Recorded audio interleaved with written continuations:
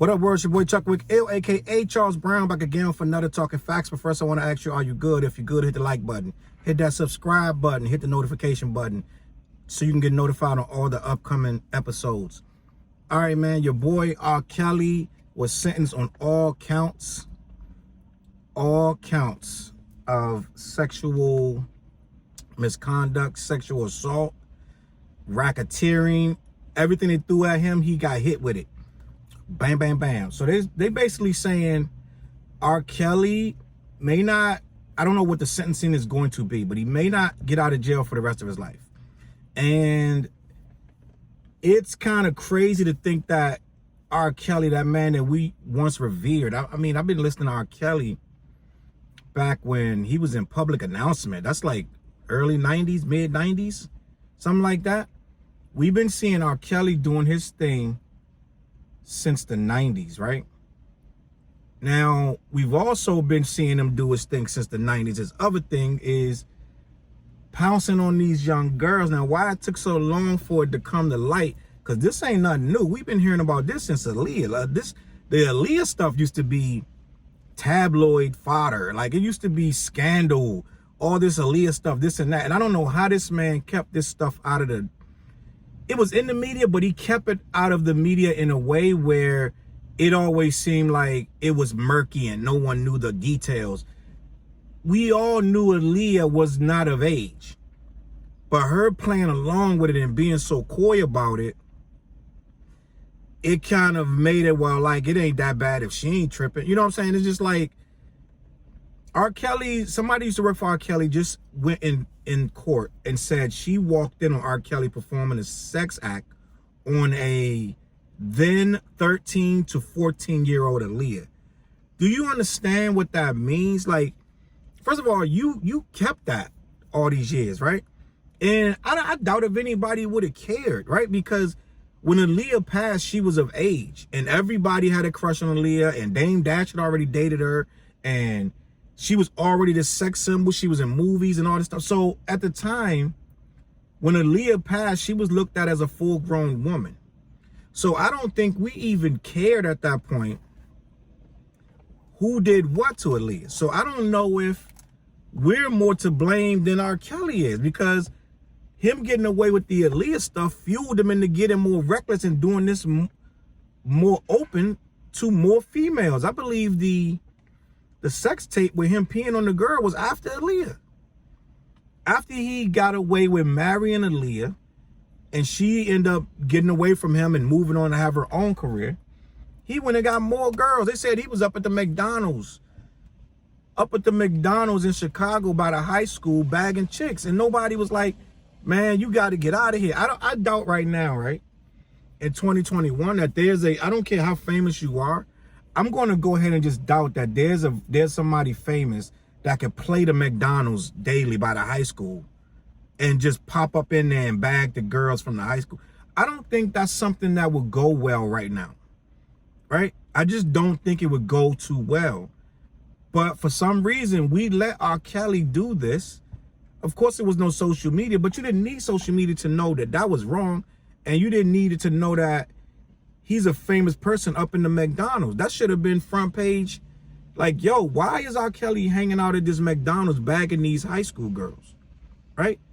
But we didn't care as a society. I think it's kind of us, because back in the day, I'm going to have to admit to you, it sounds crazy now, but at the back in the day, everybody saw that sex tape with him peeing on that girl. You really couldn't see nothing. Like, it was mad grainy, so it's like, you couldn't tell what was really going on, but you knew that was R. Kelly, and you knew that was some girl getting peed on. We didn't know her age, because when the tape came out, no one knew the girl's age, right?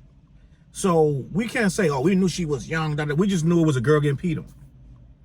But in hindsight, he made big records after that, Ignition and all this stuff. He made mad classics before and after the sex tape that he peed on a girl, that we all, at the time, it was bootlegging this. You could buy this on the corner. It wasn't no YouTube, wasn't no video site to watch this on. It was, you was getting this right off the corner from the bootleggers, right? And they said that Kelly's brother, whoever, Kelly tried to blame him and say it was his brother and all this and that. Threw his own brother under the bus. Just crazy stuff. And we forgave it instead of pressing it like, yo, bro, you are peeing on what appears to be a minor, if this is to be believed. Like, who was it, Sparkle? The chick that used to sing for him? I thought it was her niece or something. Like, it was crazy. And so, therefore, we are accountable for Challz being the man he became. Most of his crimes occurred after. His worst stuff was after we already knew he was a sexual deviant. He was in there making these girls do stuff with feces on the wall, just crazy stuff, just ridiculously sadistic stuff. And we still bought his music, still went to his shows. Kelly was selling out shows. He had started to fall off toward the end. He was getting back and forth. He was in that, who was he? He was in the back and forth with like Trey Songz and a couple other people. And he came out on BET. I think they did a honorary award for him or something, like the Lifetime Achievement. He came out performing other songs and he blew back up. Oh, everybody forgot about Challz. And he came back into public psyche and he was the man again for a few years and he was touring and this and that. And then that damn documentary came out and that was the end of that. Because what'll get you worse in this day? What'll get you worse in this day and age than you actually doing the crime and getting caught with it is them breaking down the documentary of how you did it.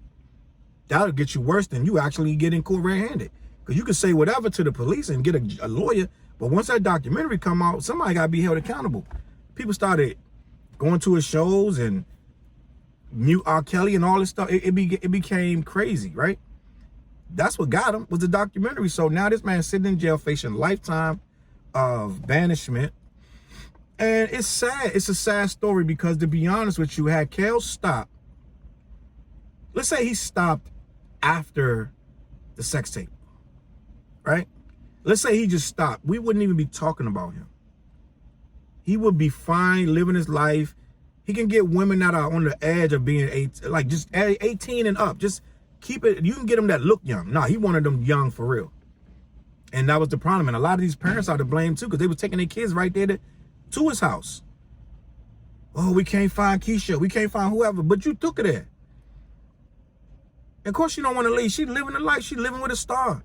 She think that she think he love her. You know, these young girls, their minds is easily manipulated. So Challz is using their youth and his power over these young women.